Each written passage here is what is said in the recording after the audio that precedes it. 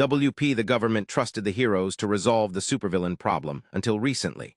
The heroes failed, and not for a lack of trying. The kids' gloves are now off, and the military has mobilized to subjugate the superpowered terrorists that plague the nation. I hummed softly in the puddle of blood, a little rhyme swaying in my head. Dying times, starlight's all mine, stretching out a hand in the red pond. Blood socking into my white fur like water being dyed. I'll miss you. I brushed his cheek, graceful even in death. I'd miss that most of all, never having been able to cut through that facade. I sat up and pulled my spear out of his chest. Master Shard, one of my henchmen approached, a lizard man with fish bones for arms and legs and a pale green, appearing from behind the rubble of the skyscraper. He was nervous, and he was right to be so. He was interrupting my serenity. A high-pitched coward's voice was not welcome. What I said softly, using my spear to trace patterns around Marble Man's body. The red was such a beautiful contrast to his white fabrics. This must be what those humans feel when they rack sand around. The military, the other minions are fighting the military. I paused, my spear hovering over Marble Man's lips. I considered dashing his face out, but alas, this victory was going to feel hollow no matter what I did now. How do I look? Splendid, sir. I asked how, not what your opinion is. Oh well, your white coat has on your left side has turned red, and it seems like you've taken a few serious injuries to your face and chest. I said, thinking I didn't like fighting when unpresentable. Where's this military? Why haven't they interrupted yet? I've got some of our changelings inside the military, and well, they don't plan on fighting you in close range, I fear. There is probably a drone over our heads right now. I looked up to the sky. There was this high-pitched buzz in the air I hadn't noticed during the fight and collapsing buildings. You're a smart lizard. Do you fear death? Yes, very much so. Shame you will probably not be alive much longer. Kaboom. The missile hit at the speed of a bullet. The air crackled, and the lizard's man's body was torn to pieces as far as I could tell. Unfortunately, the explosion had burned off all the blood off my fur, so I was back to being pearly white. That's all, I shouted at the sky. I've had babies that bite harder. I felt a slight sting as armor-piercing round hit me in the forehead. Then the sound of the gunshot responsible. My wolf ears pinpointed where the sniper was standing, a few stories away far to close. I hefted my spear and stood ready. This was how the fight was going to go, being attacked from afar. I sighed. What a boring fight. I didn't want to go around chasing around nameless soldiers.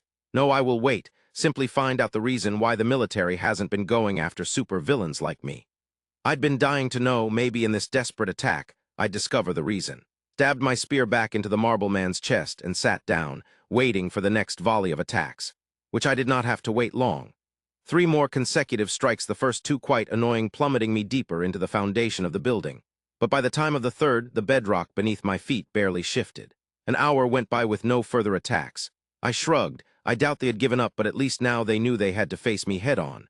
That's when I heard the missiles coming from all directions. Did they actually go nuclear?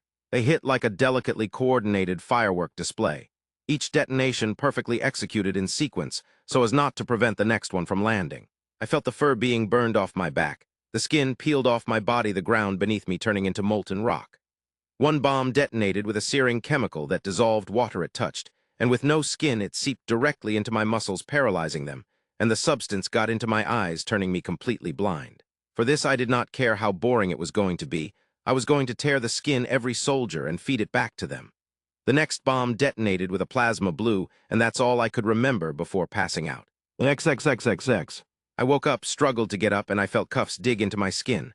I pulled harder, but this metal wouldn't budge. It was decelerite, the only thing that could possibly hold me down.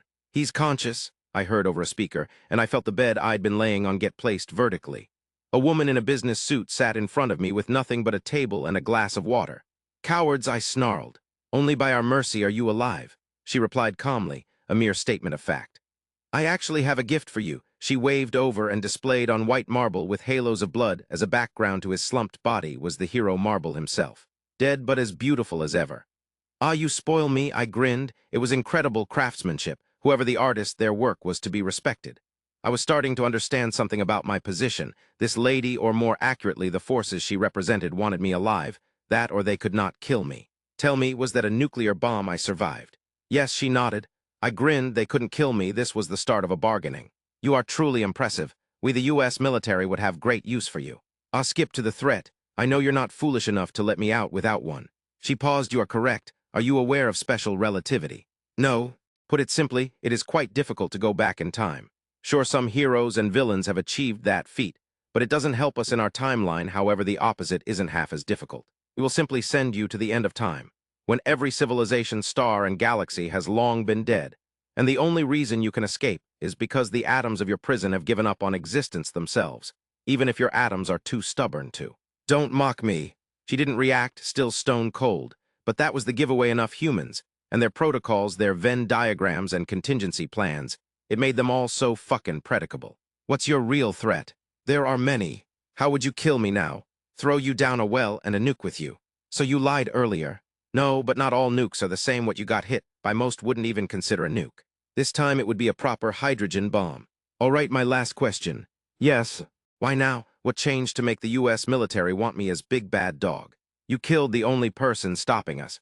I didn't have you to myself. I joked to the almost perfect man corpse.